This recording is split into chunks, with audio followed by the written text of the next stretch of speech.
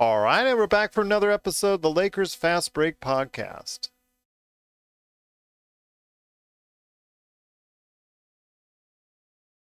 It's Gerald Glassford coming right back at you here from Lakers Fast Break, Pop Culture Cosmos, Inside Sports Fantasy Football, and Game Source. We truly appreciate everyone out there listening to all of our shows. And if you can, please give us that 5-star review on Apple Podcasts. Plus, if you can like, share, subscribe, follow, or do whatever it is that you can to support us right here at the Lakers Fast Break. And also, my good friends outlet, the NBA Draft Junkies. It is truly appreciated. Plus, also, if you can get our friends at ThriveFantasy.com or Thrive Fantasy on the App Store or Google Play, just go ahead and download it or check that site out today. If you're into daily fantasy sports betting, as far as picking the players that you'd like to go ahead at each of these sports, NBA, Major League Baseball, NHL, also PGA, esports, and of course the NFL coming up on week 15. Go ahead and check it out today, thrivefantasy.com. And if you type in the code LFB, that's LFB, right there in the code on your first deposit, as long as it's over $20, they'll match it dollar for dollar up to $50. Again, the code LFB. Choose it today at Thrive Fantasy. You know what? 200 episodes. I'll tell you what, 200 episodes now, the Lakers Fast Break. I cannot believe it. It seems like time has just gone by. That highs and lows of the Lakers season.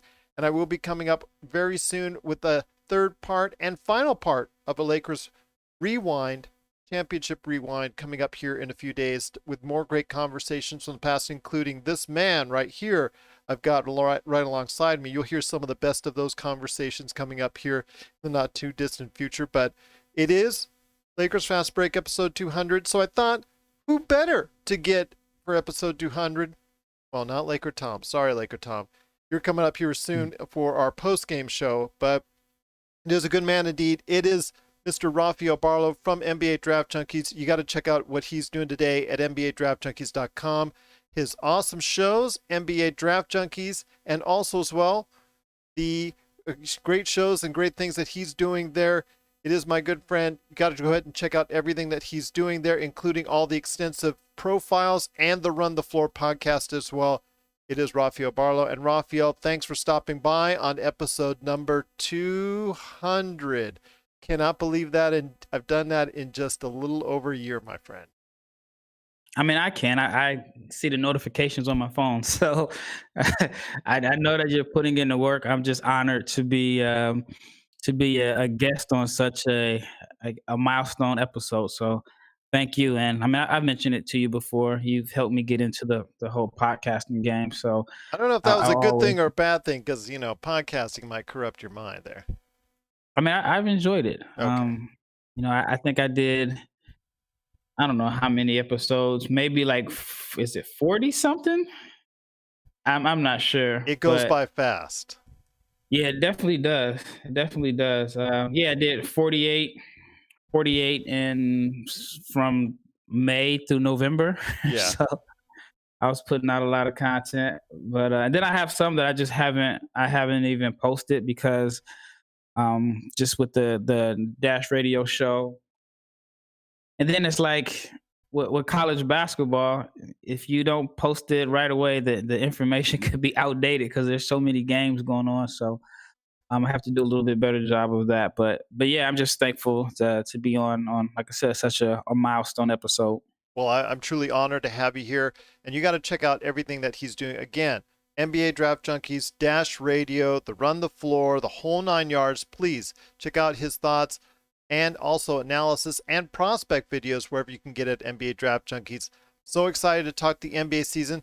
As much as I would love to talk to you right now about Caleb Cunningham, Jalen Suggs, Evan Mobley from USC, Fight On Trojans, and all the other great prospects that are out there in NBA Draft 2021 land. That's going to be coming down the road, and you and I know we're going to have a conversation about that coming up. I do have to go ahead and preview the NBA season because there's no better time to do it than episode 200. And It's less than a week away, my friend. Just a few days away. The NBA season seems like you and I were just talking about the championship game, the Yep. NBA Finals Game 6, and 6 weeks later, here we are. I'm so excited for it. Your thoughts on the NBA season, first off, coming up in just a few days? Yeah, I mean, it's such a short turnaround. I'm looking forward to it as always. I mean, I'm a big NBA basketball fan, college basketball fan, so I'm just glad basketball season is back. Last season was obviously cut short, and which led to the long break, Yeah. which has also played a role in having this short off season. I mean, we've had the draft and free agency, and the start of the season seems like all within 30 to 45 days or something like that. Yeah. So good time of year for me. Did you actually like the fast turnaround and there was news hitting you right and left? I liked it because it kept me invested in the NBA and obviously kept more people and more fans out there invested in the NBA as opposed to that period of time like usually in August when dies off. And as everybody has heard by now, it seems like a lot of the general fans don't turn on the NBA until Christmas. Does it seem like this may have been a better outcome for, obviously because of just very terrible circumstances, of course, but for the league itself, news wise, I think this may have been something that has kept at least a lot of interest for fans out there. Yeah, I mean, I think so. I mean, I think still, no matter if it's this year or a normal schedule, NBA free agency, that first week in July is big. I mean, I think it's bigger than baseball, especially like the first day where the signings can be official. It's tough for the players. Yeah. I know it's tougher for them, but from the fan aspect of it, yeah, I mean, I think it was. I think there was some good, and then the short turnaround with the season starting right away. As far as the interest, we'll see. I mean, I saw some numbers that some NFL games did a whole lot better than the NBA Finals. Um, I mean, I guess it just depends on which way you want to which side of the coin you're on. Well, I As know far as like the numbers as a ratings being whole for down, sports has gone down. But yeah, with the NFL, I mean, it's always hard for any league, any sports to go ahead and compete against the NFL. yeah. I mean, I just think the numbers are down because people are accessing and watching games in so many different ways. Yeah. You can watch a game on your phone. I mean, I don't want to promote it, but they have these sites where you can watch the games for free on your computer. I think that's playing a role. And then obviously so many people are cutting the cord. But I think like as far as like digital wise, the NBA is setting records every year as far as just the number of people that are watching online and just, because the game has grown so much globally, Yeah.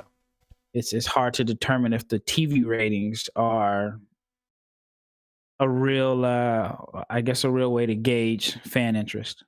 It is going to be something that is interesting to see how the ratings will they stay, will they decline, or will they go up in the coming weeks and months if people are now going to be invested in watching the NBA even more. That'll be interesting to see how that plays out.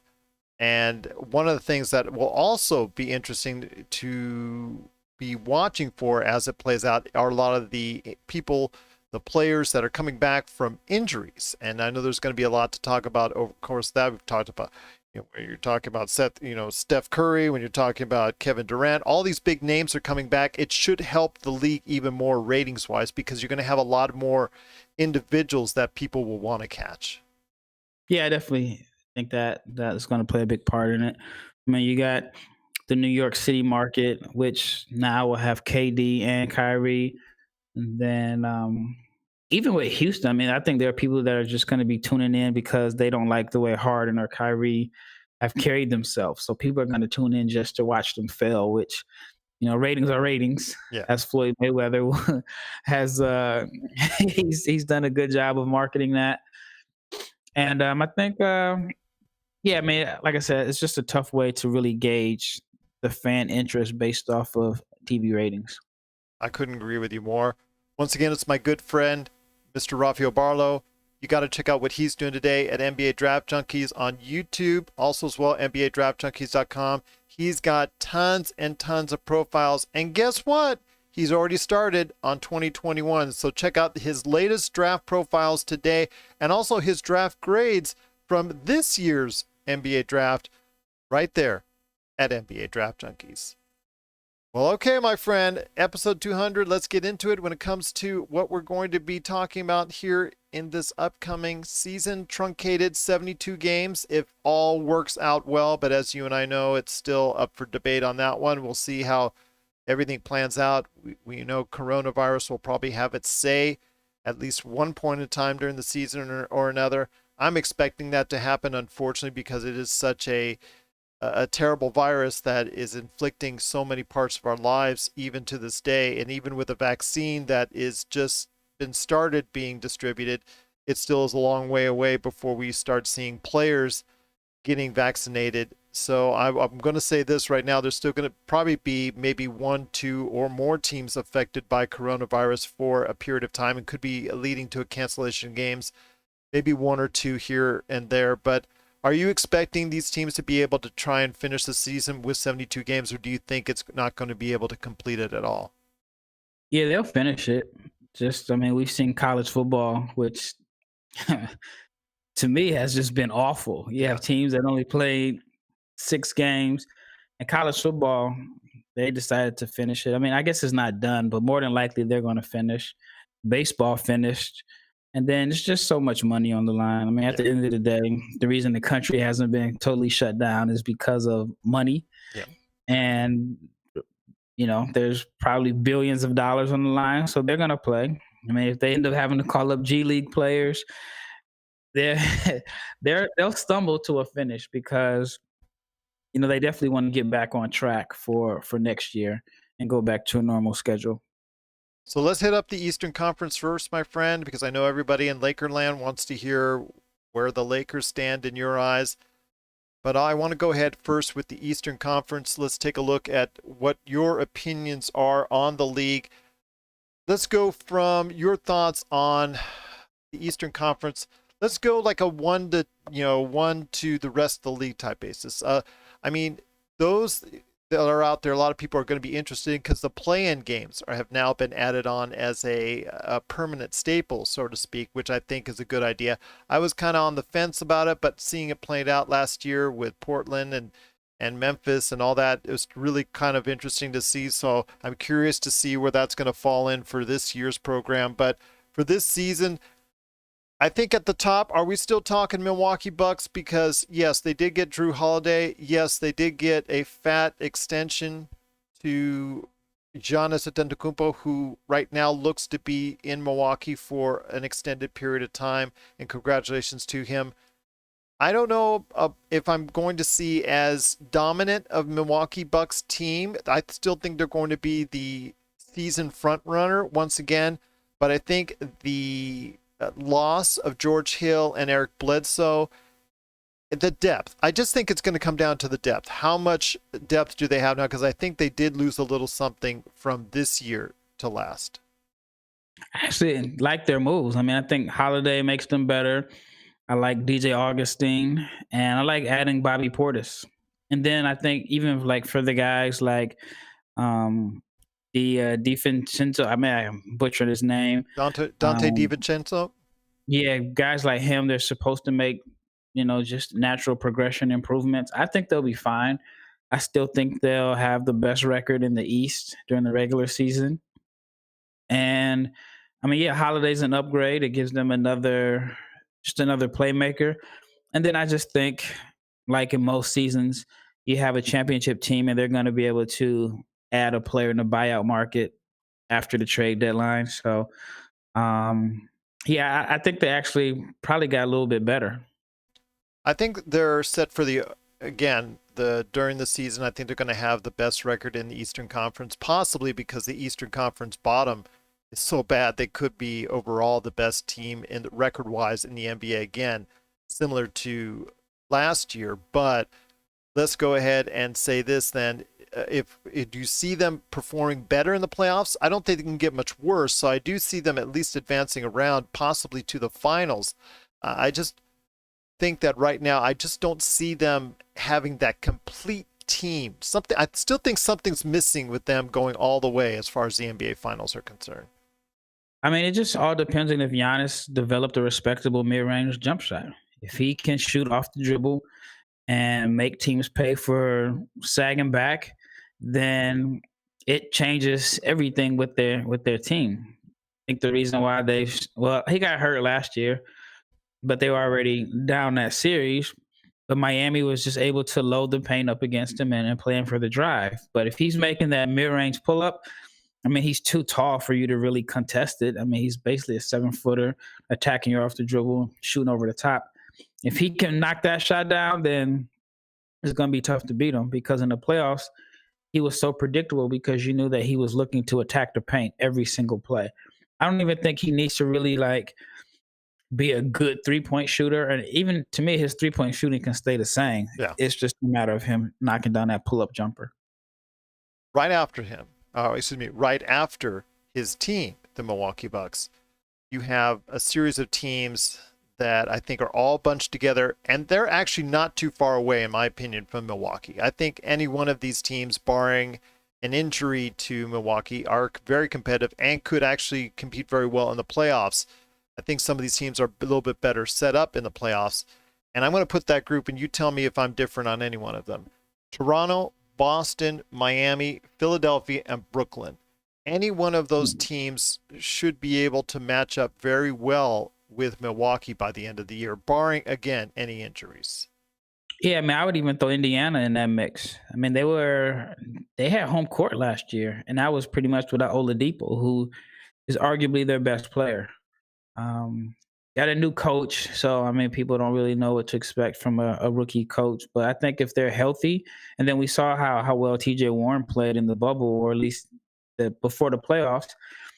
You add all those guys healthy, I think Milwaukee is definitely not Milwaukee, but Indiana with Brogdon, Oladipo, Warren, Sabonis, and Turner.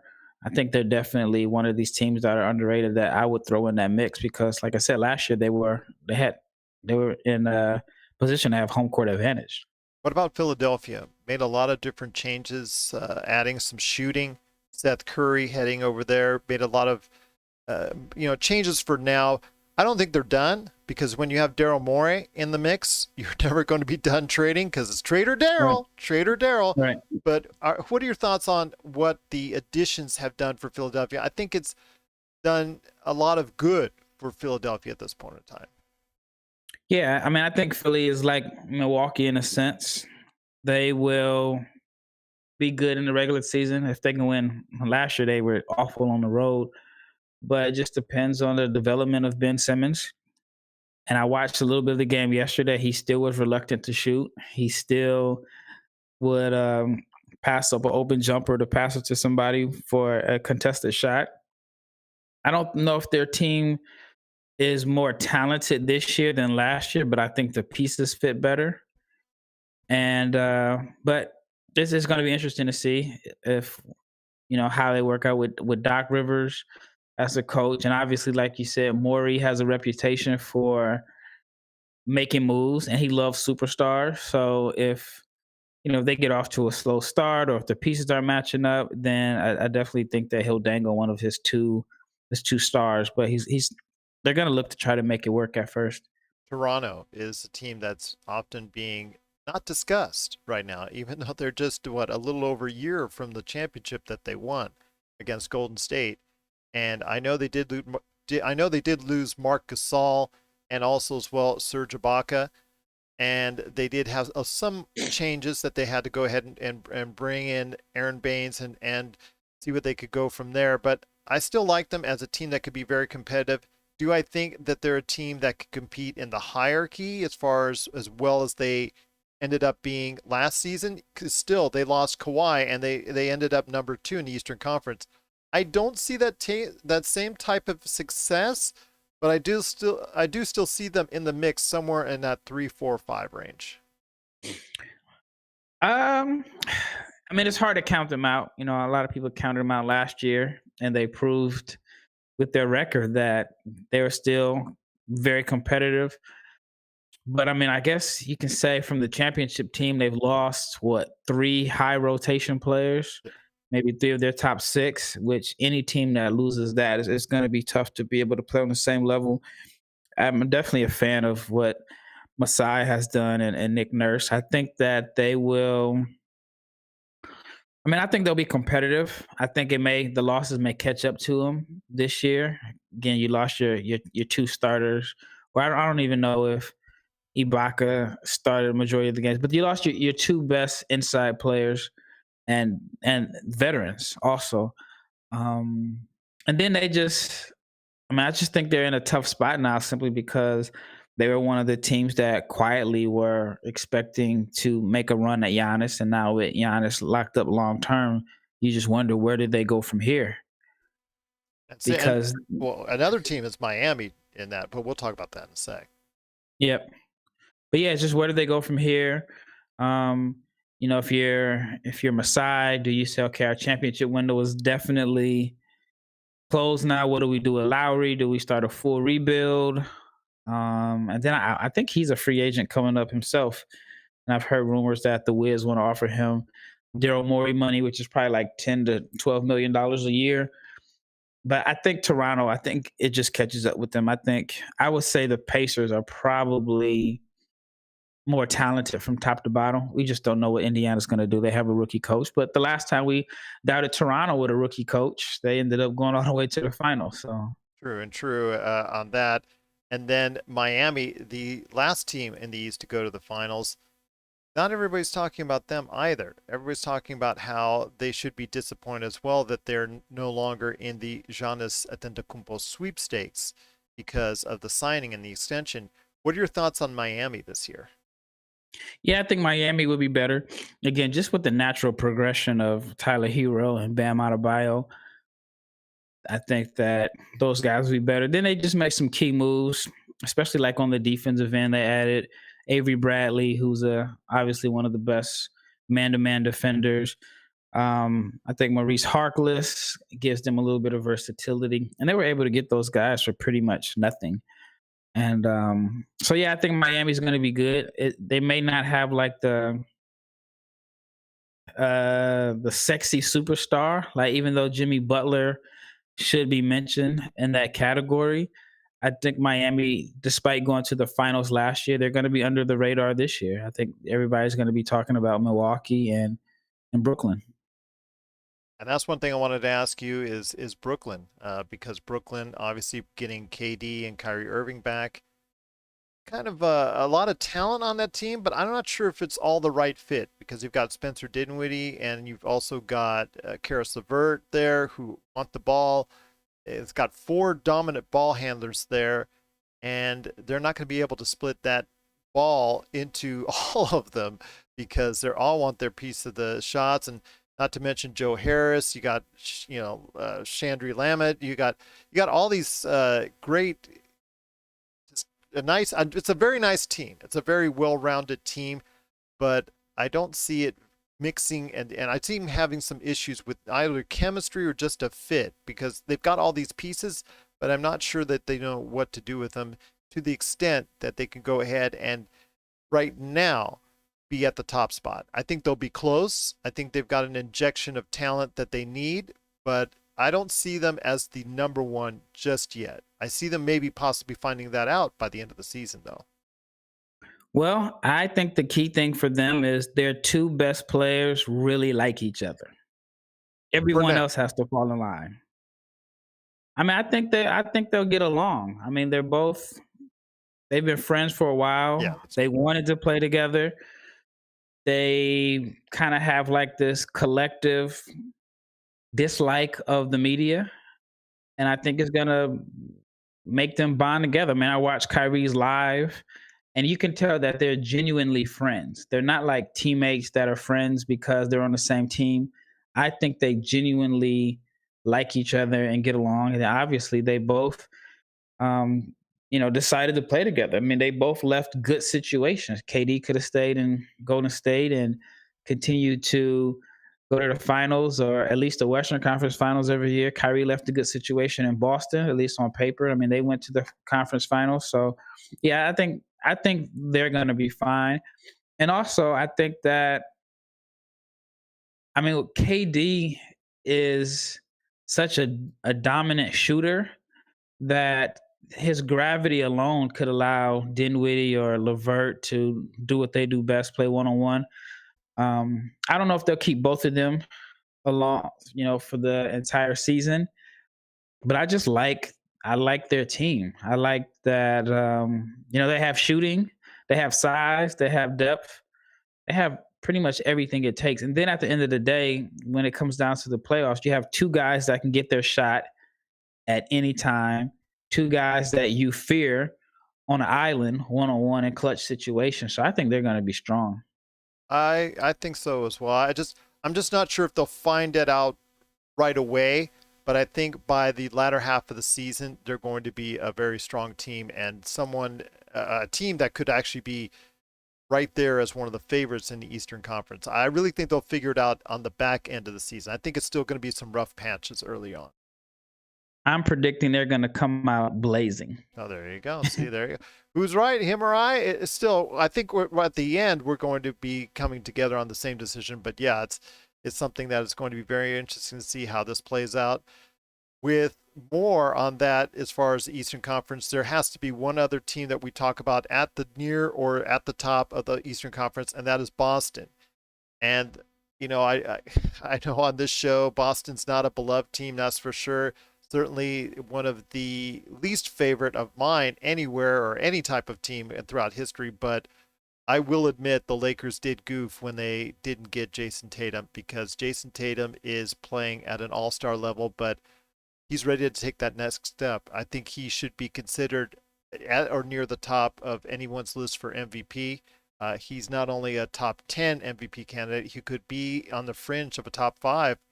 And with Kemba Walker being out of the lineup for the first 6 weeks, if the team has any success, it's going to be due to him and Jaylen Brown, because those two will have a lot of extra responsibility on them. Where do you see Boston's season heading out? I think they'll be good. I think Boston's issue is late in games.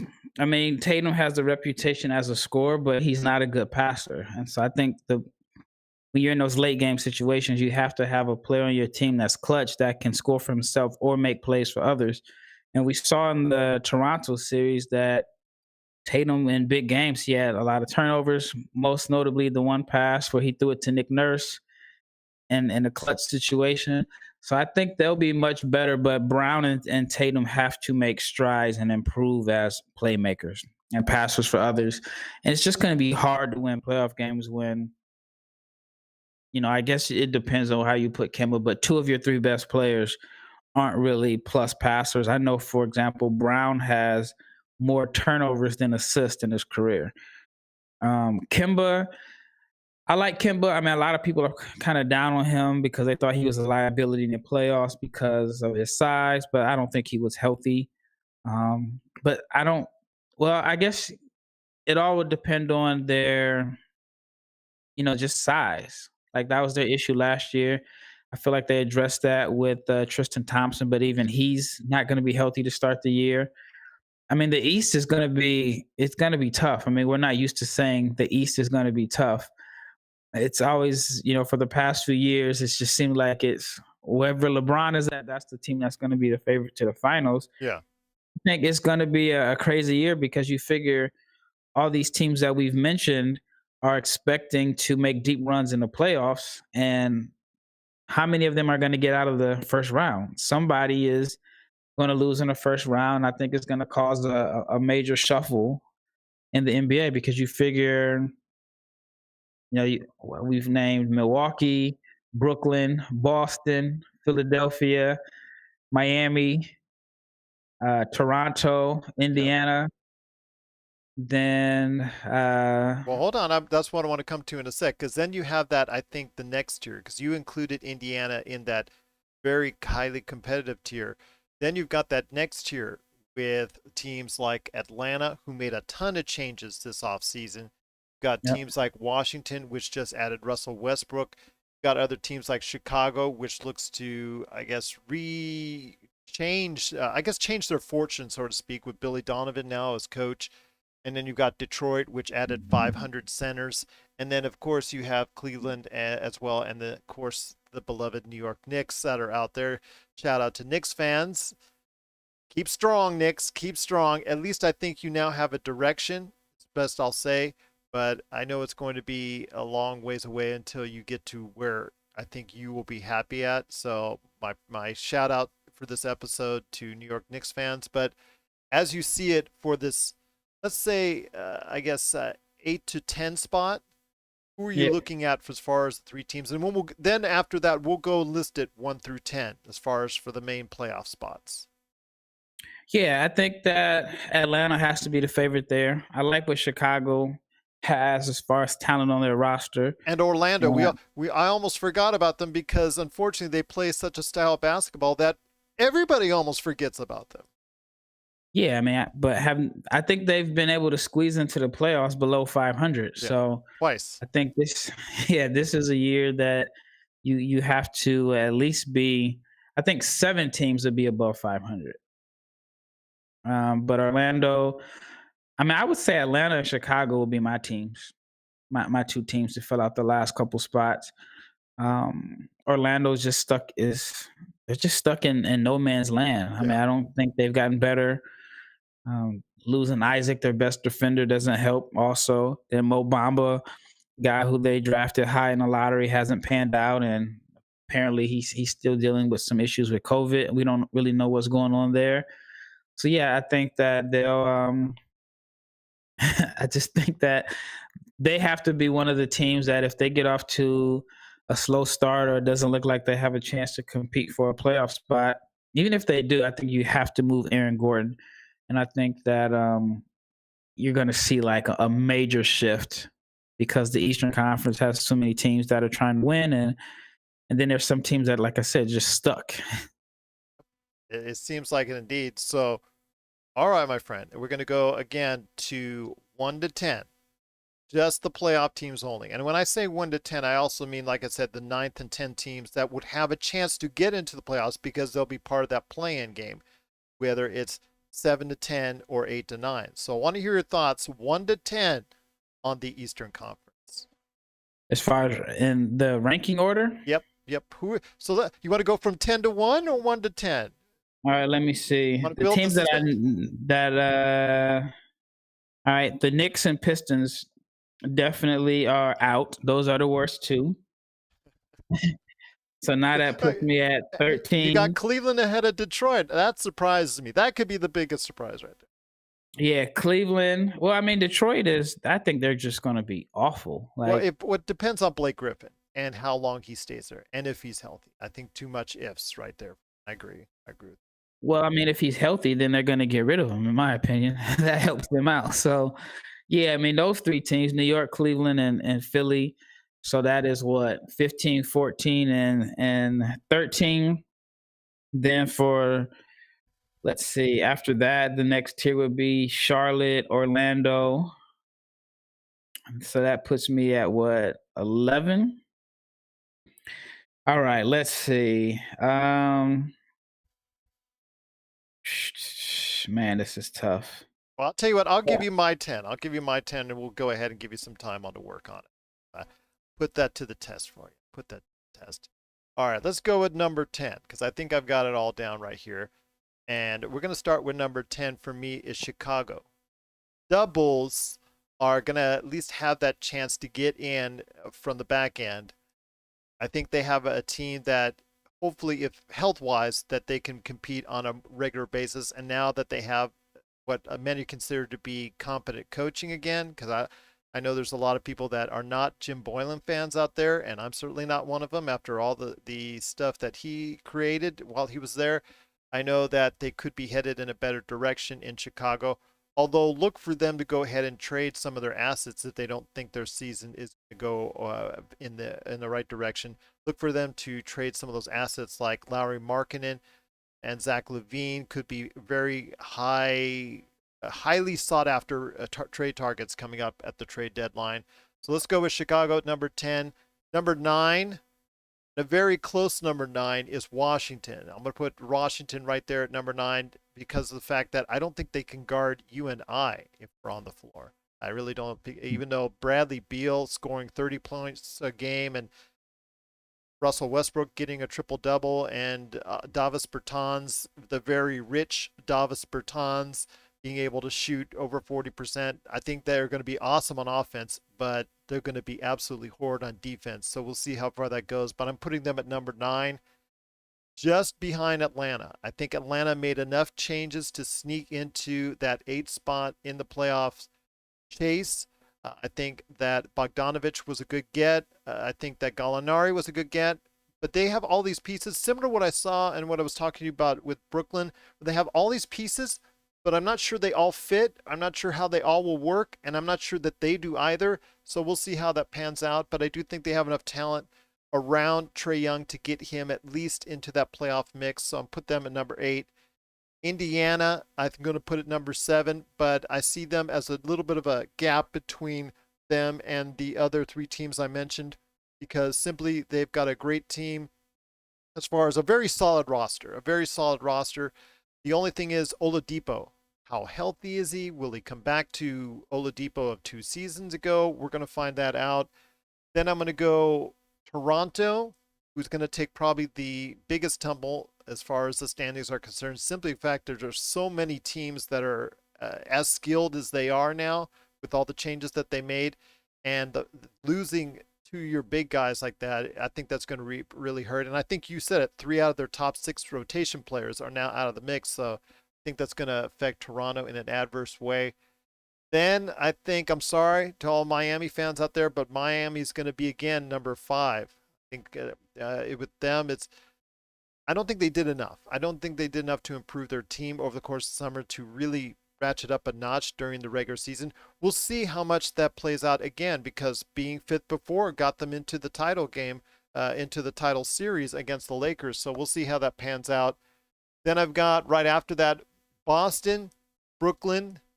Boston number 4, Brooklyn number 3, Philadelphia at number 2. That's my big jumper right there for you. Philadelphia, I think will find the mix, and I think they're going to find the right combination. We'll see what happens there. And number 1 is going to be Milwaukee once again. Regular season juggernauts, but we'll see again in the postseason. I'm not counting anything when it concerns Milwaukee in the postseason. But now that I've given you a chance, my friend, to go ahead and get that 10 going, what do we got for you? All right, I think Milwaukee will have the best regular season record, just because I mean, Bud is just a great regular season coach. Yeah. And I think Giannis he plays hard. He doesn't pace himself, which is something that you like. Yeah. So I think, he's gonna. I mean, they're trying to prove that last year was a fluke as far as them losing the playoffs. I think that the second best record will be Brooklyn. I think maybe by a game or 2 they'll be behind the Bucks.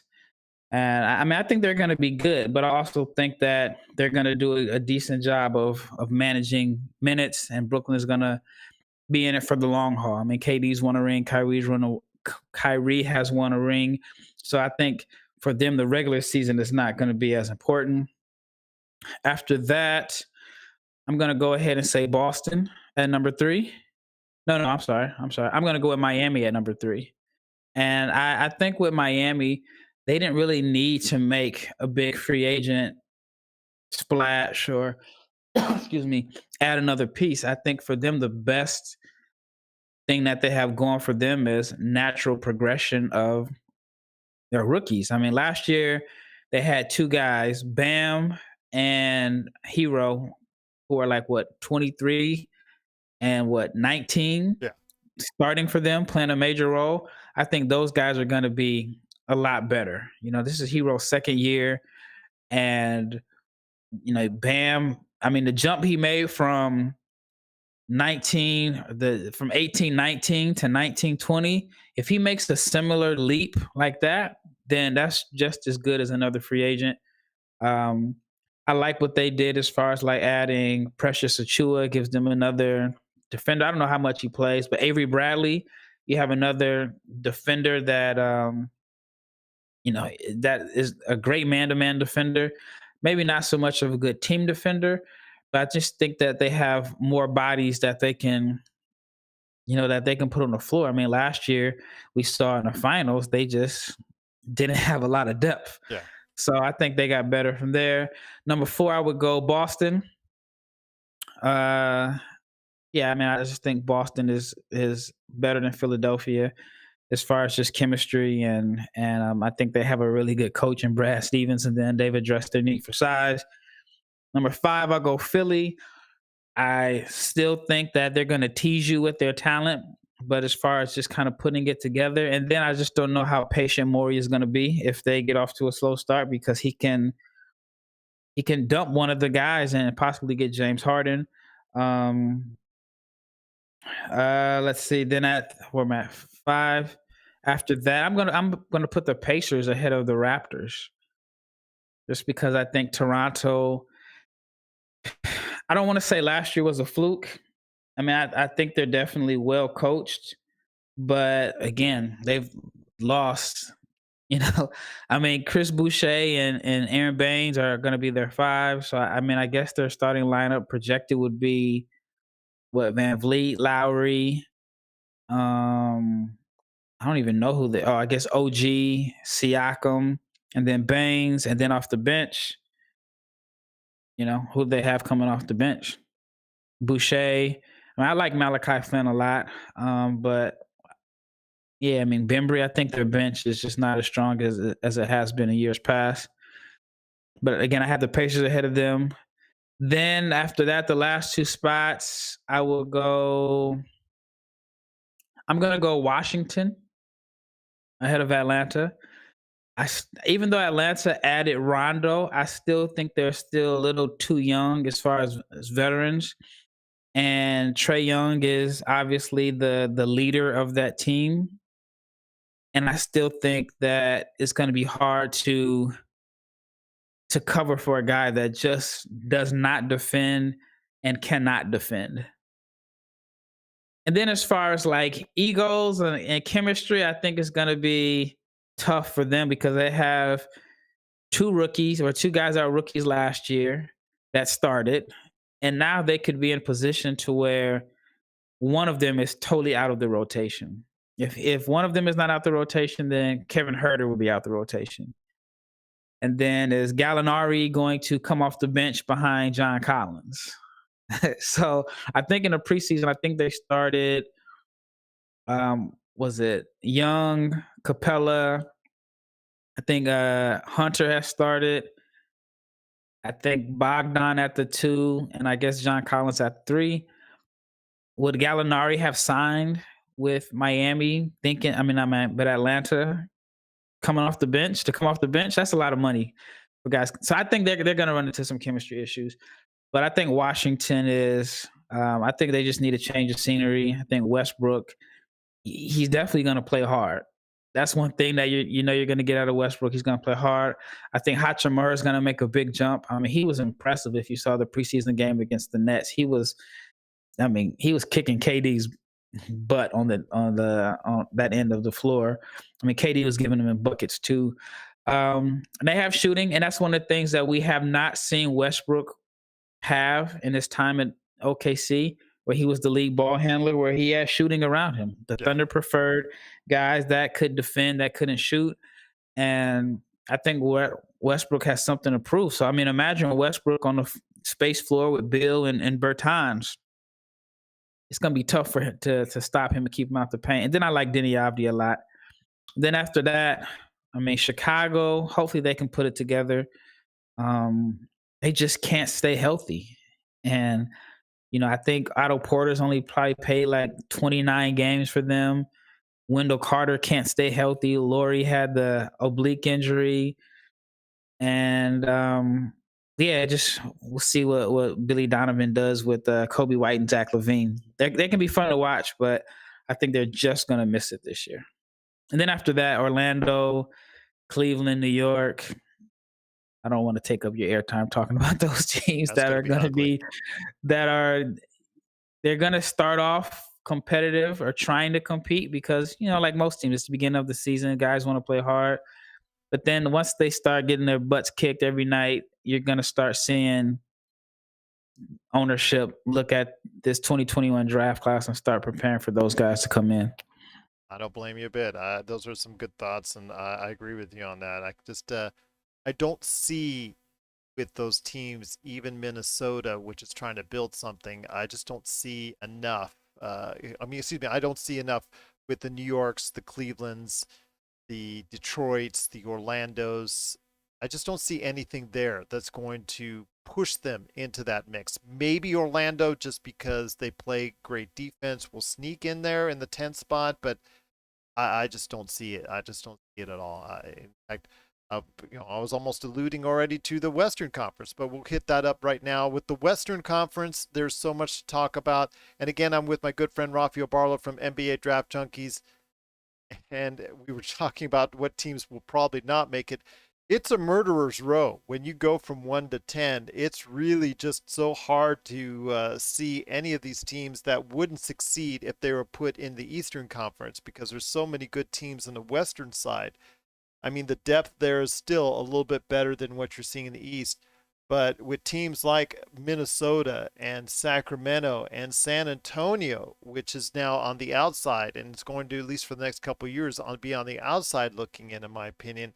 And then you have Oklahoma City, which is in a total rebuilding stage with the 500 number one draft picks they've got coming up over the next few years, seemingly. I mean, those are pretty much cut and dry as far as being on the outside looking in. Memphis, a team which has such a promising future in John Morant and some really nice youth, they could be on the outside looking in. So there's all these teams that have a lot of promise, which are going to be on the outside looking in my opinion, on the Western Conference. But while you tally up your 10, in fact, let's go over some of the teams right now while you tally up your 10, because I've got my 10 for the Western Conference all set. Let's go over some of the teams, just talking about them real quick.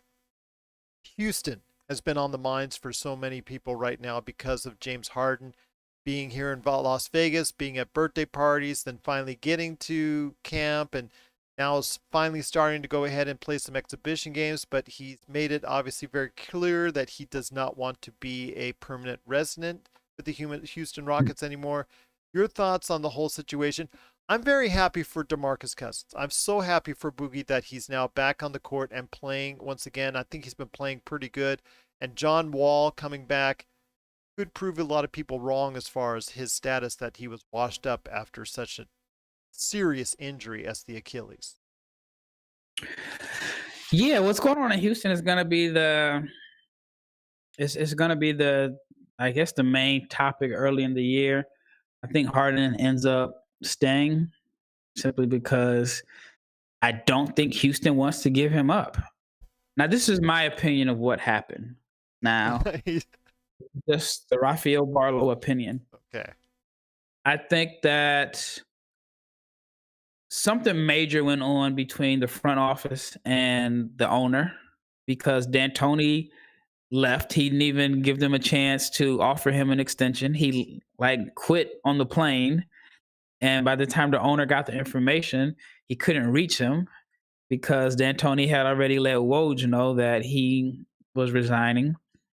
Daryl Morey lied and said that he wanted to spend time with his family. And 10 days later, he goes far away from his family. He goes to Philly. I think they said his daughter might be going to school in Boston, if I'm not mistaken, or something like that. But yeah, he ended up getting a raise and going to Philadelphia. The situation with the assistants, D'Antoni's assistants not being brought back the year before. I just think it was something that went on. And then I also feel like the new owner lost so much money in the pandemic that he was not going to continue to pay to try to build a contender. And so I think his plan was, if I extend Harden, if I give him this $100 million 2-year extension, and then I'm just slowly going to chip away at these different pieces and not rebuild, but Harden alone with some cheaper roster guys may be good enough to keep me in the playoffs every year. And so I think Harden understood that he's not trying to win a championship anymore. He just wants to still remain competitive, but also cut costs. While in today's NBA, if you want to win a championship, you have to have an owner that's going to go into the luxury tax and that is willing to pay a lot of money to keep a talented team together. And like I said, I just think that they were going to not bring Tucker back, and then they were just going to start, finding cheaper players just to still be competitive. So I think that's what probably made Harden want to leave. And then I also feel like, one, I don't think Tim McMahon likes James Harden anyway. So I think, he's going to come out with stories to kind of, give a much more negative perception about Howard than what it is. Like, one of the things that, like, I guess I'm a Harden fan, so I'm a little biased. So one of the things that kind of bothers me is that when people call him out of shape, I'm like, I don't think the average fan understands, like, all right, one, how hard it is to be an NBA player. Two, how hard it is to be a good NBA player, let alone an elite NBA player. And Harden may go out every night, he may party, but he also works. Like, I remember one game I went to and I did press. He reminds me of the NBA's version of Ric Flair. Let's put it that way. Party all night, but work out and being able to go ahead and perform when called upon. Yeah, I mean, you can't get to that level of success individually without a crazy work ethic. Yeah. And I've been fortunate enough to go to Rockets games, and I think I went to a game once. The game may start at 7. I get there like 4:30 because I like watching guys work out. Harden was the first player on the floor, and I mean, he's going through a hard game workout. So I remember after the game, they had a bunch of injuries. They lost, and D'Antoni was asked a question about are they losing because guys just aren't used to playing with each other. He says no. He says a lot of guys on his team, they train hard, but James trains to play 40 minutes a night with a heavy workload. Guys on the team aren't training like that, which to me kind of, you think about it, Harden has seen every defense. I mean, even if you watch the Lakers series, Caruso's picking him up full court. He gets the ball at full court. They're trapping him, and he still scored like 30-something points. Like, you can't be out of shape and scoring 30 points against a defense like the Lakers. So anyway, I kind of went on a little tidbit there. But yeah, I just think Harden wants out because he does not think that Houston is going to be able to compete for a championship anytime soon. And I mean, even if healthy, I don't know. Even if healthy, I think DeMarcus Cousins and John Wall will provide a different look, but I don't know if it's enough to beat the Lakers. So you'd have to have both guys back to like 2016, 17, and they've been out for like 2 years. So, but yeah, I don't think Houston wants to trade him because he's so marketable there. And if you're in a situation where you need fans to come to games, if fans can't come to games, and you need to generate some revenue, I think Harden is still a guy that the fans in Houston love. So I don't think they want to trade him at all. I want to give a big special shout out to JJ Jimenez for liking the Fast Break video. Thank you so much for doing so. With Houston, like you said, it's just going to be very interesting to see the drama that takes place over the course of the next few months, and if he will be traded at the trade deadline. We'll see exactly where it goes and how competitive the Houston Rockets may be. I still have them in the mix for a playoff spot, but I won't say where yet because we'll be dropping that in a few minutes. I wanted to go ahead and touch on another team in the Texas area. Again, we're going to be touching on the Lakers, so everybody stay calm on Lakers fans. We're just touching on the entire NBA for now, but yes, we've got plenty of time to talk about the Lakers because this is our 200th episode, so we're going to make it a good one for you out there. I want to go ahead and touch on this real quick with Dallas.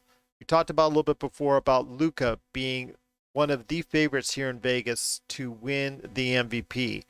I still think you should think of Jason Tatum in the mix. I think that's another name. Of course, LeBron and AD. Of course, all the usual names. I mean, that's notwithstanding. Steph Curry needs to be brought back in the mix. But your thoughts on the Dallas Mavericks and where they can compete in this year's season? Oh, I think they're going to be tough. I think every year Luka has made a jump. even this season, the jump he made from March through the bubble was impressive. And I think that he's going to come back with something else in his toolbox to add that's going to make them a better team. I think they've added toughness Yeah. with James Johnson. Josh Richardson is another defender. I think Josh Green is going to come in and be able to make an impact as just a defender. Dallas was, in my opinion, one of the least athletic teams in the NBA last year. So I think they've improved overall athleticism. I mean, of course, it all boils down to the health of Porzingis. And I think that there's not going to be any big rush to bring him back, especially with such a condensed schedule. So yeah, I think Dallas is going to be tough. Absolutely. I think they're going to be very tough as well. It's funny because I was just looking at something come across our screen as far as Gordon Hayward fracturing his finger.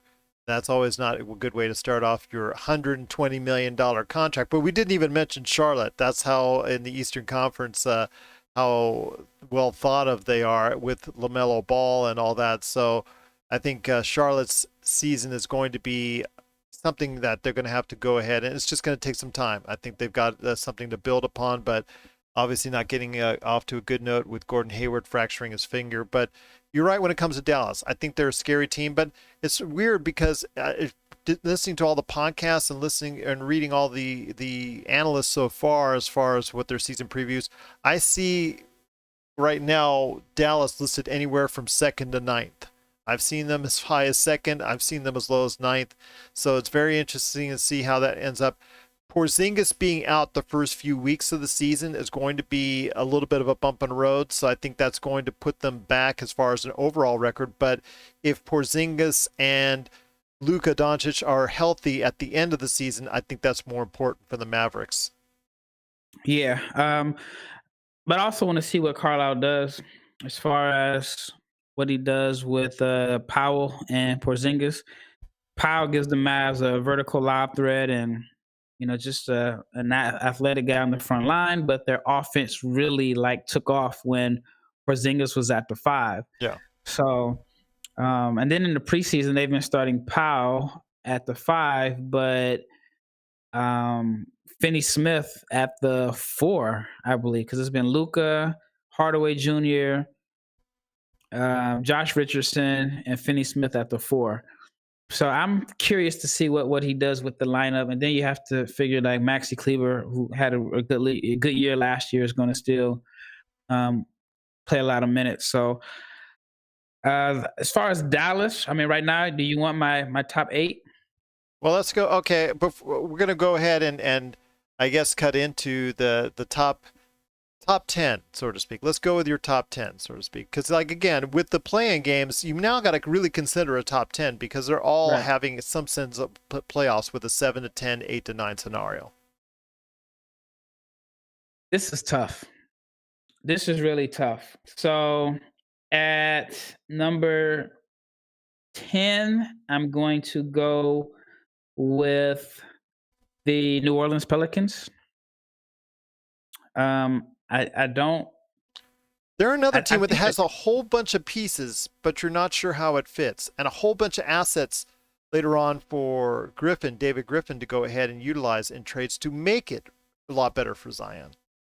Yeah, I mean, if Zion is healthy, and he looked good a couple of days ago, and then Ingram is an all-star. I mean, they have 2 young guys that are good. They should be better. Well, they should be better defensively, even though they lost Holiday. A lot of people forget that Eric Bledsoe is an all-defensive team player, and then Steven Adams will be an upgrade at center. Offensively, I'm curious how the spacing will work out with Adams and Zion together.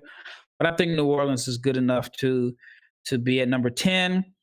At number 9, the number 9 team to me is the Memphis Grizzlies. I mean, even though I think they should be, wait, is this number 9? No, I'm sorry. Yeah, well, you had New Orleans at 10. So who do you have at number 9? Number 9 for me is the Phoenix Suns. I think that obviously they were strong in the bubble. Adding Chris Paul should make them a lot better. I think they caught teams by surprise in the bubble. I don't think they'll catch anybody by surprise this year. Not with Chris But Paul on the team. yeah, Because he now with lets Chris you Paul, know. He lets you yeah, know. he definitely lets you know. And but yeah, I think they'll be good enough to be at number 9. And number 8, I have the Golden State Warriors. I think Steph is gonna have a phenomenal year. Losing Clay hurts, and I don't know who their next leading scorer would be. It could be Wiggins, it could be Oubre. I think they're respectable shooters, but they're going to have to change things up a little bit as far as just like how they run their offense and as far as floor spacing. I think they should be good enough to be number 9. I'm curious to see what other people have them. And then at number 8, I have Houston. And it's tough because you just don't know what's going to happen there with the Rockets. But so far in the preseason, they look good. As far as position battles, I'm wondering what happens with Wood and Cousins. I don't think they play both of them together, but you just pay Christian Wood this money, and so you expect him to come in and be one of your best players. But if DeMarcus Cousins is, if he regains his the game that he had, because I think if there is a player who can sustain like 2 leg injuries like that, would be somebody like Cousins, who didn't dominate with like athleticism and all of that. I think he's still going to be a load to handle in the post. He can still shoot, and he's still very skilled. So curious to see how that works out. But I have Houston there. Then I have Utah. A big issue for Utah is Bogdanovich. I know he's he had coming off wrist surgery. I don't think he's shot the ball well, at least from what I heard in camp. Then after Utah, I have Denver. After Denver, I have at number 4, Portland. Then I have Dallas at number 3. At number 2, I have the Clippers. And number 1, I have the Lakers. Okay, when it comes to Portland, they made a lot of big changes. They made a lot of improvements, I think, as well, and they've got a lot of people healthy again. I still think defense is going to be an issue there. What are your thoughts on Portland? Because you're the big Portland fan, my friend, so I got to hear your thoughts on Portland. Yeah, I mean, the issues that they had last year, in my opinion, they've been addressed. I mean, Covington gives the team a wing defender, and now I just think they may run into a situation where they have too many players. So if you look at the starting lineup, I expect it to be Dame, TJ McCollum. I think they may go with Rodney Hood at the 3, maybe Covington at the 4, and Nurkic at the 5.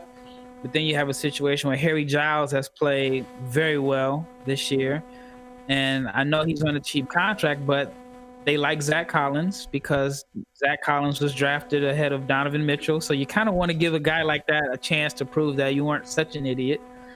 But then you have Cantor, who they brought back. So I think at the 5 spot, you could easily have Cantor, Giles, Collins, and Nurkic.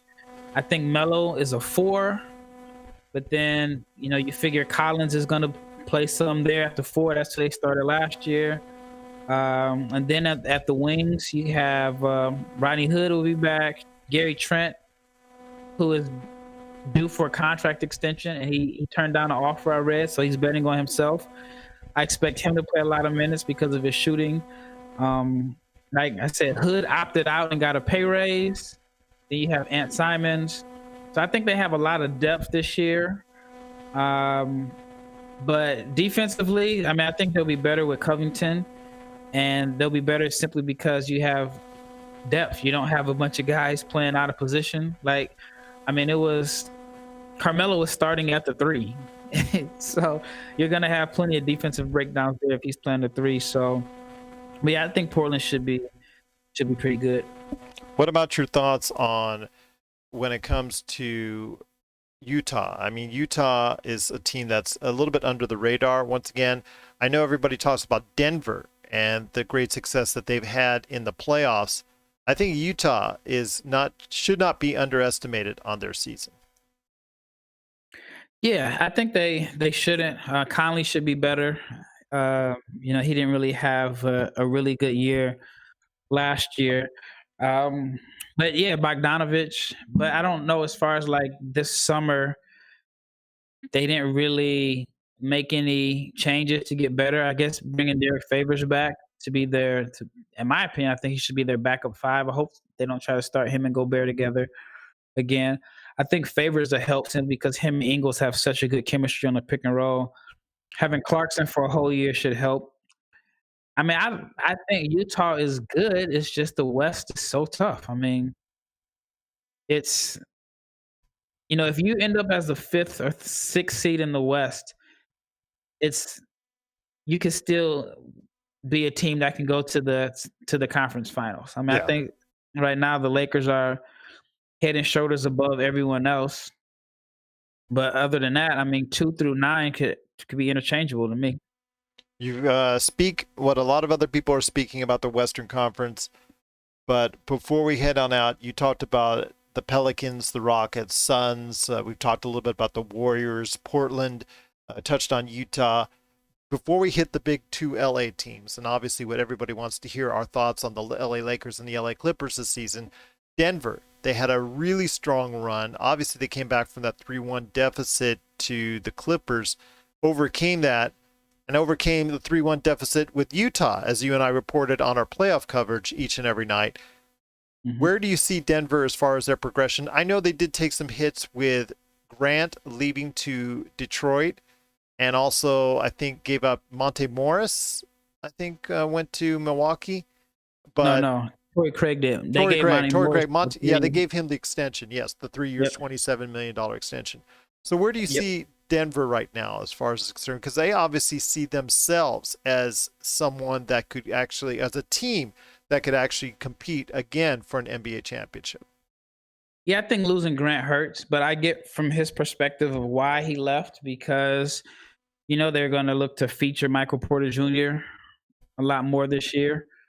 And, I mean, they should be good. They should be a tough out. I really like Campazzo. I think a lot of people are going to be surprised at how good he is. He's kind of like a younger JJ Barea, but a pest on defense. I mean, I watched the preseason game. He was picking up full court, and he is an incredible passer.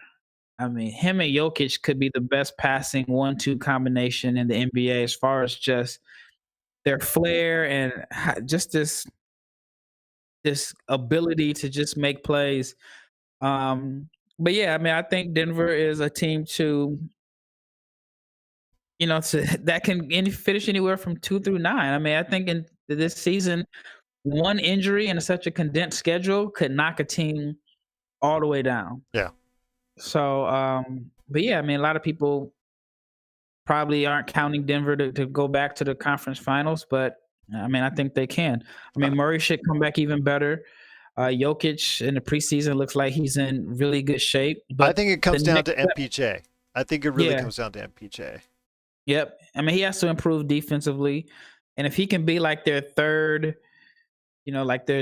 star, then Will Barton is back. So, yeah, man, I think it's going to take time for them to figure it out a little bit because they have so many guys that are competing for minutes because even with like the backup spots, I think Campazzo and Monte Morris together, that's a really small second unit.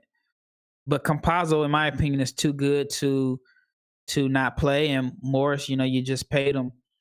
And then at the backup five, I thought Plumlee was a very good backup center. So now at this point, I mean, if their backup five looks like they may roll out Zeke Naji, could be Isaiah Hartenstein. It doesn't look like, based off what I saw in the one preseason game, Bo is going to have a major role in the rotation. And then they may decide to try to play Millsap some at the five. So, yeah, it's a position battle. I wonder, are they going to start Jokic, Millsap, and Porter Jr. together? Because I think Porter Jr. is probably more valuable as a weapon at the 4. I agree with you.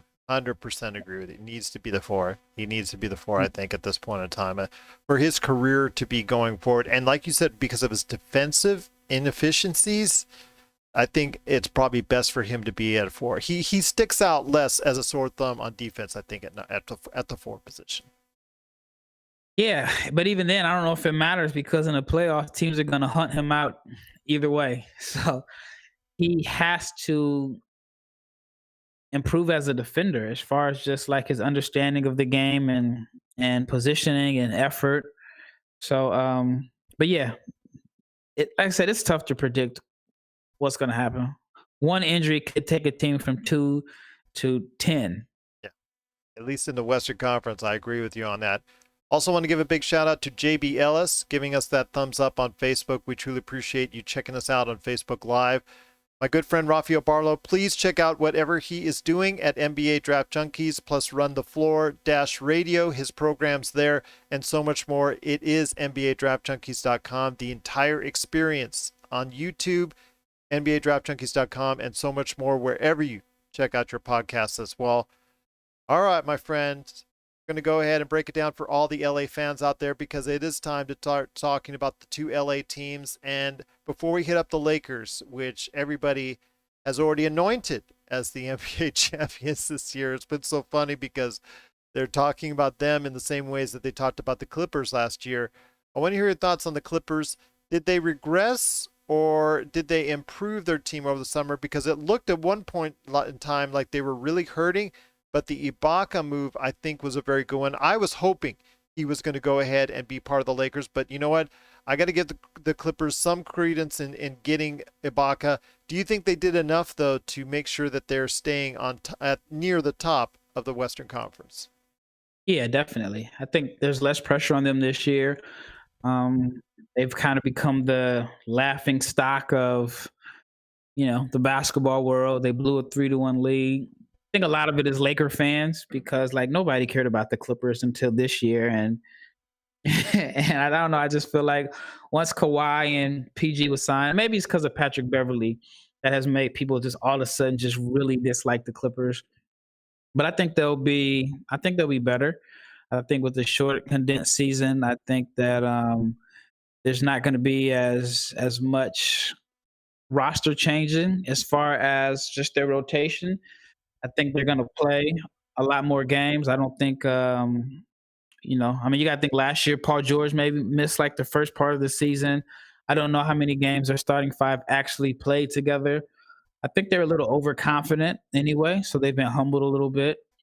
I think Ibaka helps. I even think as far as adding Daniel Orturu helps them out a lot because one of their issues was size. Morris is a lights out shooter.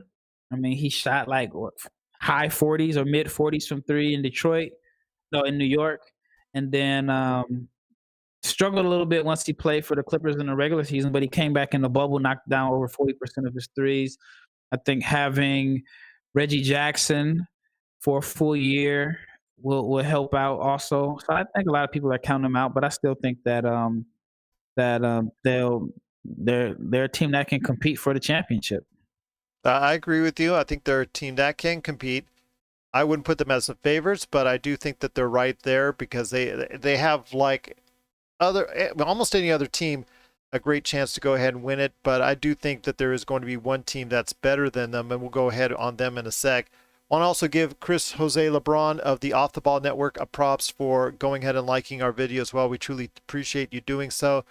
It is once again, Chris? Yeah, he said, what up, Chris? Indeed, it does a great job on his own Off the Ball podcast. So please give that a shout out and check that out wherever you get your podcasts. But I will tell you what, right now we're going to go into the Lakers, and they have been the talk of the offseason, obviously winning the championship. And you and I, we've gone over on this show many times about the decisions and the things that they've done over the course of the past few months and the past few weeks. They've also made many changes as well. They didn't just stand pat. They made some good changes. They made some very solid changes. A little bit more balanced as far as the offensive and defensive end, in my opinion, now throughout the entire roster. They may not have the great defense that they had last year, but they can make up for it by putting more points in the basket because of the fact that they got the first and second options for sixth man of the year in Dennis Schroeder, and also as well Montrezl Harrell. So I want to hear your thoughts on the additions that the Lakers made this year, and do you think it's enough to get them at the top of the Western Conference? Not talking title yet. We'll do that at the end, but at the top of the Western Conference. Well, I think on paper it's a no-brainer. They got better. I think it's easy to just look at the moves they made and just pencil them in, or even write it in marker that they're the best team in the West. The one question I do have is that how is the overall chemistry going to change? And I know like Rondo and Dwight aren't guys that are considered like great locker room and glue guys. Both have had their issues in the past as far as like butting heads with teammates and being known as tough to deal with. But I think because they were in their advanced age, they were able to put whatever issues they've had on the side and do everything they can for a championship. Now, with this group, with Schroeder, he's kind of been known to have a reputation as a guy that doesn't necessarily get along well with his teammates. He definitely has a very, very strong ego and personality, which I think is what makes him who he is. You know, that chip on his shoulder that he carries and that bravado has made him a successful NBA player. I know he's looking for a contract, and I know he's mentioned that he wants to start. And I'd never looked too deep into to whether the reports were valid or not, but I think I remember reading something that he said that he did not want to go to the Lakers or Clippers and whatever teams that his agent had brought to him. So I think that could be something to watch out for because he wants to get paid. And then I think with Montrez, it's starting to come out that the Clippers teammates, like, there were some issues there. I don't know if it was him. I don't know if it was the other guys. But it seems to me, and I've said it on the last podcast we did, that contract that he got with the Lakers to me was just one of the worst contracts from a player's perspective that I've seen. I mean, he literally lost $40 million. And I think even though he didn't play well in the bubble, I still think he could have got at least 345, maybe 3. I mean, he's barely getting more money than Plumlee, who didn't even start.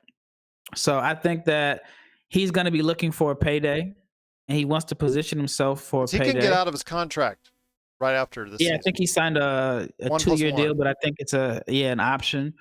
And so with him not being very good on the defensive end, is he going to come in and play heavy minutes to start the season and during the season, and then you see his role diminish to, you know, maybe 18 minutes a game in the playoffs with a contract coming up? And if he turned down bigger offers, which has been reported, to come to LA for that, and then he puts himself in a position again to lose money, I mean, that could be an issue. But at the end of the day, you have LeBron James, who is the ultimate leader and the ultimate guy that can get people in line. But I think LA, it was a gamble that I would have made by adding those guys on paper. But to me, you always have to wonder, when you break up a team that just has such good chemistry, when you break those guys up, you're taking a risk. I mean, JaVale, Dwight, and Rondo, at least to my knowledge, at least I never heard anything publicly come out, but those guys accepted their roles. JaVale started all season, was going from starting to DNP CDs. Dwight was not playing at times, playing very limited minutes. And it's just a risk that you take when you have 3 guys like that buy into small roles, that you're bringing in 2 guys that played big roles on other teams, expecting them to come in and settle for much smaller roles for a championship, especially guys that are like in their 20s. Yeah. And that could be something very interesting to see. Yeah, it was worth the risk, in my opinion. But only time will tell if those guys can adjust. Do you think the moves were made, as some have speculated on, as far as for the regular season, because we're going to see a little bit more load management of LeBron and AD? I mean, I can't really see LeBron doing load management. I think in theory you may want to, but he's such a competitor. You've called him the cyborg. I'm going to give you the originator of that. Yeah, but he's such a competitor. Not only is he a competitor, but he loves basketball. Like, he really enjoys the game from every aspect of it. Like, I've met people who have said that they'll be at the free throw line and LeBron will remember something about them. They're like, all he does is eat, sleep, breathe basketball. So for him, it's going to be hard to sit down and not play if he's healthy. Mhm. So no, I mean, I don't think that. I think, like I said, initially they want to start doing some load management, but the Lakers are going to be on TV so much that with that new rule that if you're benching guys on load management, Well, they're isn't that supposed to be, because of the way the season's set up, supposed to be easing up on that for this year. this year? Yeah. But isn't it like $100,000 fine or something, or maybe? I don't think you'll see much of that as far as the NBA, because of the fact that you're going to be bunching a lot of games together. Remember, some of these guys might even be playing a back-to-back, or like 3 games in 4 nights. You'll be seeing a lot of that, which I know back in the old days, a lot of people would say, okay, what's the big deal? But for these days, for these guys, this will be a lot of hard doing. So I think because the way the season's so truncated, I think the NBA is going to not give them as much pressure, I think, at this point in time. So if LeBron sits out or AD sits out a certain game here or there, I don't think they're going to make too much of a fuss over it. I think they might, just because they want if the ratings are falling like they say, and the Lakers are going to be on TV so much, I think there's going to be a pressure for LeBron, Luka, Zion, for these guys to play these big TV games as opposed to being rested, because the NBA wants to create this buzz and they want to be able to generate more income. That's true, but then you've got the players' union, and the players will come back on the verge of a collective bargaining agreement, go and protest that if they don't like it, to see where it's trending. Well, which I think at the end of the day, the owners still have the power. So They've got the the players cash. have a lot of power, but I mean, I think that they don't want a lockout. The NBA definitely doesn't want a lockout. That's for sure. That would not be good for the league or its fans. That's for sure. Once again, it's Rafael Barlowe from NBA Draft Junkies. Check out what he's doing today, NBADraftJunkies.com and NBA Draft Junkies on YouTube, plus Dash Radio and everything that he's doing. You got to check out his shows on all the podcast outlets that are out there. All right, my friend, we've delayed long enough our thoughts on the Western Conference, so go ahead, split it out 1 to 10 on the Western Conference. 1 to 10. I just had it written down. Yeah. Lakers 1, Clippers 2, Dallas 3, Portland 4, Denver 5, Utah 6, Houston 7, Golden State 8, Phoenix 9, and Pelicans 10. Mine is not too much different. I'm going to go in from 10 to 1, giving people a little bit of suspense. New Orleans at number 10, Houston at number 9, and that's not including the fact that if Harden gets traded, it could really go off the rails from there. But I'm going to put them at number 9 for now. Phoenix improving to a official playoff spot at number 8. Warriors at 7th. I think with the injury to Klay Thompson, that's really going to hurt the team, and we're going to have to see how much of a load that Stephen Curry can actually carry this season. Number 6 is Portland. I think Portland, the additions that they made are very good, and they're going to be right there in the mix from anywhere from 3rd to 6th. I'm going to put them 6 for now, just because I'm worried about their defense at this point in time. I think that's something they still have to go ahead and address a little bit more. Number 5, I'm going to go ahead and do Utah. I'm going to put Utah there, although I think they could be as high as 2nd if their season really meshes well, because I think they have a lot of continuity on their team. And if Bogdanovich comes back to the Bogdanovich who was really doing so well for Utah, I think that could be a great sign for them. Dallas, I'm going to put it number 4. And we're going to see how well that sticks out because of Porzingis being out. I would have put them higher. And I know a lot of people putting them lower because of Porzingis. I'm going to put them right in the middle. So I'm going to put them at 4th right now, only because of the fact that I think that they could be a lot higher. But with Porzingis being out, I think that's going to be an issue going forward. Denver at number 3. Denver, like you said, has to work out some of the kinks, but with the top two players that they have in Jokic and Murray, obviously they're set there. It all depends on MPJ. MPJ could take them to another level, but I'm going to put them as a safe thing right now at Denver at number 3. The LA Clippers, number 2. Very loaded team again on paper. Looks very good, although I think, and I'm beginning to go ahead and lean towards Laker Tom's mentality and all the people out there, including yourself, that says there's now a larger and larger chasm between number 1 and number 2. So I'm going to go ahead, obviously, with the Lakers. I have always said that they were the favorites. I've never said they're not the favorites, but I've been reluctant to go ahead and jump on that.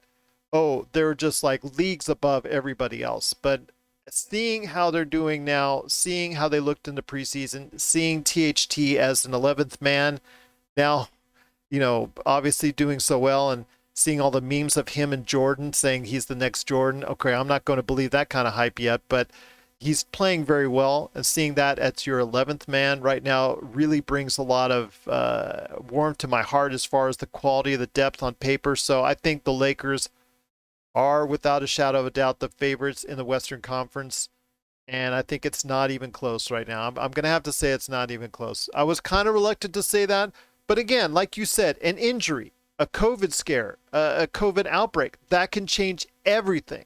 So I want to go ahead and use that as a precursor. All these teams and numbers could be changed up because of what we could see with an injury or COVID, correct? Yep, definitely. Yeah, so I want to go ahead and say a special shout out to Jamie Sweet, who also gave us a thumbs up as well. Appreciate the work that you do each and every time out for Lakerholics.com. But before we head on out, my friend, on our 200th episode, which has gone a little bit extra long, and I do appreciate it because it's an extra special episode for 200, and I appreciate your patience in staying with me. I want to hear your thoughts on the final 2 participants. When all is said and done and the smoke clears, who will win the championship? Man, Brooklyn Nets. Wow. So you think the Brooklyn Nets are going to put it all together, and who are they going to face off against? Lakers. But you would choose Brooklyn. You think KD would refine that magic once again that he did against LeBron in the finals and go ahead and overcome that? Yeah, I think that they're going to be able to make a trade, and they're going to be able to package, I think, Dinwiddie and someone else, and I think they're going to be able to get a legitimate third star, because I think this trade deadline is going to be crazy.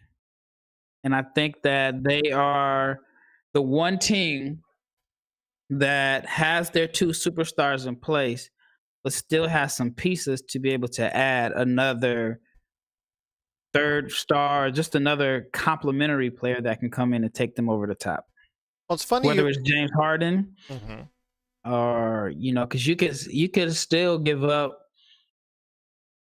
Jared Allen, LeVert, or Dinwiddie. I think LeVert stays because he's a Rock Nation guy. But Jared Allen, Dinwiddie, maybe even throw in Joe Harris because he makes a contract. He has a contract big enough to where you can add a superstar. I think that they'll be able to add another player. Very interesting. It's funny how great minds think alike as far as the 2 teams that will be in the finals, because I also think it's going to be LA versus Brooklyn. But I'm going to have to reverse the ending, my friend, because I think the Los Angeles Lakers will repeat as world champions. I think it's actually even more definitive this time around. And I was the guy who was on several shows out there talking to people about, I think the Lakers would go ahead all the way on the backs of AD and LeBron. I was right, fortunately, about that, and I'm not patting myself on the back. It just worked out itself that way out. And their third man, even though they couldn't find a third man all year, their third man ended up being defense. And their third man ended up being good enough. Even their defense took over, and it took the place of having a consistent third scorer, took place of having consistent shooting. It took place of all those other things that were got in the way. And you know what? It got the job done. It got the team the championship. They'll have a little bit better shooting this year. They may not have the greatest defense that they have. They may have a little bit notch below on defense because obviously Harold being put in the mix and Gasol, Marc Gasol being added into the mix is he's not the nimble defender that he once was, but he's going to be so good on the offensive end with his passing. But I will say this, my friend, when it all comes down to it, the Lakers do have LeBron and AD, and if they're healthy, I think they're just too big of a matchup to stop. I just really think that they're just too hard to guard, and you have enough variance now with Schroeder, or also as well, you still have 5 of your top 6 defenders that you had from last year, 6 of your top 7, if you include Kuzma, that you had last year that you can put in a pinch in a 5-out type situation. So I think with all those variants there, I know Schroeder and Harold wouldn't be happy if, like you said, in crunch time of the playoffs, they're not playing a lick, but that I could possibly see that happening. But with that's the case, I still think that the Lakers can throw any type of variance at you, and doing so, I think they will win again a world championship. So LA, Brooklyn, I think you and I are alike on that. I just think the outcomes are going to be a little bit different. My question is, did anybody watch Marc Gasol in the playoffs? Yeah, I know. Yeah, that was why I thought the Ibaka move would have been perfect for the Lakers. You know, I thought that would have been the best move for the Lakers, but getting Marc Gasol, if you get anything from him, as far as from outside passing, you saw in the preseason games already, he's looked really smooth and helped alleviate a lot of issues on that offense while LeBron was out. And if you can get anything from him, I think that's going to be a big bonus. But I understand they will not have the interior defense like they once did. But then again, when everybody went small, the Lakers went small too. Yeah, he's more skilled than Dwight, but I mean, I think Dwight would have a better impact. I mean, Gasol in the playoffs, Toronto couldn't even play him 21 minutes a game. He shot 39% from the floor, 18% from three. I know. He averaged like 6 and 4. I know. So I think, I mean, he is more of a threat as far as a floor spacer, but again, if he's a step slow defensively and it's the West, I think possibly he ends up. I think he ends up being this guy that all of a sudden he just got old in 1 year and then there's nothing left in the tank. It happened to Powell. Powell was good in San Antonio 1 year, and then the next year, I think, was it Chicago? And then he's just Milwaukee. It just happened. Yeah. I can see that possibly happening because, like you said, he looked very bad in the playoffs, but we'll see what happens here. And I'm hoping that the Lakers will do one more thing to address their size, because I think now they went from a very tall team to a not so tall team, especially when Marc's not in the lineup. So I'm hoping your friend and mine, Mr. Dwayne Dedman, could get a call. Hopefully. Yeah, I mean, he lives in LA, so. Yes, former Trojan. Fight on. But we'll wait and see. I think they need to address a couple things, and hopefully they will before the trade deadline, or if they pick up somebody off the waiver wire when people are let go right after the trade deadline. We'll wait and see. But I do think the Lakers are stacked this year, and I'm beginning to think that it's going to be something that we're going to see hopefully play out for the team. But again, my good friend, Mr. Rafael Barlowe, is here. And before we head on out, we got to go ahead and have you do the hard pitch, as always. Tell everybody why they need to check out NBA Draft Junkies. Yeah, I mean, I'm biased, but it's also hard. I'm biased too, man. Your stuff's awesome. Thank you. But yeah, as far as like the NBA Draft Junkies, I've already started on the 21 NBA draft. I'm doing video profiles. I started off with maybe 4 or 5 guys that are returning, but the main thing that everybody wants to see is the freshmen. I was waiting for the freshmen to get enough games under their belt before I started doing video breakdowns. And I'm doing a series called Freshman Adjustment. Is basically just talking about how the freshmen have adjusted to college basketball, and I do first semester and second semester. So that should keep me pretty busy. But my goal for this year is to do video profiles on at least 100 prospects. So I've already done one for, in my opinion, who is the top international prospect in the draft. As far as the podcast, I haven't put out content lately because I'm weighing a couple of offers as far as like taking my podcast to a different platform. But as far as like the YouTube channel and and the website, the content is going to be the same. So I'll be pumping out content. My goal is one a day, or at least 5 a week between now and the draft. So I have plenty of time. So I'm just going to outwork everybody this year.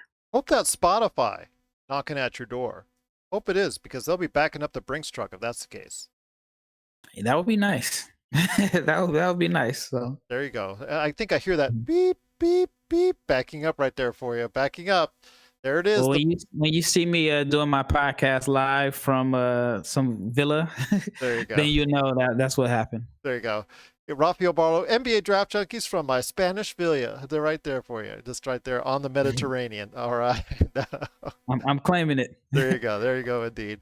Once again, it is my good friend, Mr. Rafael Barlowe from NBA Draft Junkies. Please check out his entire experience today on YouTube, NBADraftJunkies.com, and wherever you get your podcasts. Right there for you. Just waves and waves of prospect videos. And he's, like he said, he's going to do over 100, or that's his goal, to do 100 profiles on different guys that are going to be already gearing up for the NBA draft in 2021. So please regularly check NBA Draft Junkies, subscribe, be a part of the experience. It's all worth it, and you will be very knowledgeable on the 2021 NBA draft with NBA Draft Junkies. My friend, it's been great talking to you as always. 200 episodes. I cannot believe I've been able to endure so many episodes, but it's incredible indeed. Once again, give a big shout out to ThriveFantasy. If you're into daily sports fantasy, please use the code LFB on your first deposit, and they'll match it up to $50. And also as well, our good friends, Lakerholics.com, and everybody that supports the Lakers Fast Break. I cannot thank you enough for doing so. Watching and listening, we truly appreciate it. And again, stay safe. Happy holidays. I will see you soon after the Lakers game coming up here later on. You'll see a post-game report. But I do appreciate Rafael Barlowe being here for number 200 right here at the Lakers Fast Break podcast.